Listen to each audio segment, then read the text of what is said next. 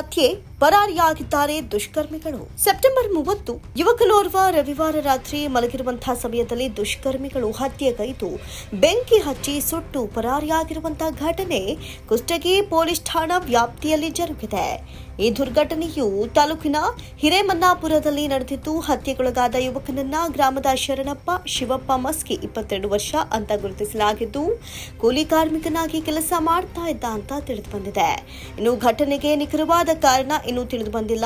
ಈ ಘಟನೆಯು ಅನುಮಾನಾಸ್ಪದವಾಗಿದ್ದು, ಘಟನಾ ಸ್ಥಳಕ್ಕೆ ಕುಷ್ಟಗಿಯ ಸಿಪಿಐ ಯಶವಂತ ಬಿಸನಳ್ಳಿ ಹಾಗೂ ಪಿಎಸ್ಐ ಹನುಮಂತಪ್ಪ ತಳವಾರ ಭೇಟಿ ನೀಡಿ ಪರಿಶೀಲನೆ ನಡೆಸಿದ್ರು. ಬೆರಳಚ್ಚು ತಜ್ಞರ ತಂಡ ಹಾಗೂ ಶ್ವಾನದಳ ಹಾಗೂ ಪೊಲೀಸ್ ವರಿಷ್ಠಾಧಿಕಾರಿಗಳು ಸೇರಿದಂತೆ ಹಲವರು ಭೇಟಿ ನೀಡಿ ಪರಿಶೀಲನೆಯನ್ನ ನಡೆಸಲಾಗಿದ್ದು, ಪ್ರಕರಣವನ್ನ ದಾಖಲಿಸಿಕೊಂಡು ಆರೋಪಿಗಳ ಪತ್ತೆಗಾಗಿ ತನಿಖೆಯ ಜಾಲವನ್ನ ಬೀಸಿದ್ದಾರೆ ಅಂತ ಪೊಲೀಸ್ ಮೂಲಗಳು ತಿಳಿಸಿವೆ. ಶರಣಪ್ಪ ಲೈನತ್, Hiremannapura, Chanakya express news bureau, Kushtagi.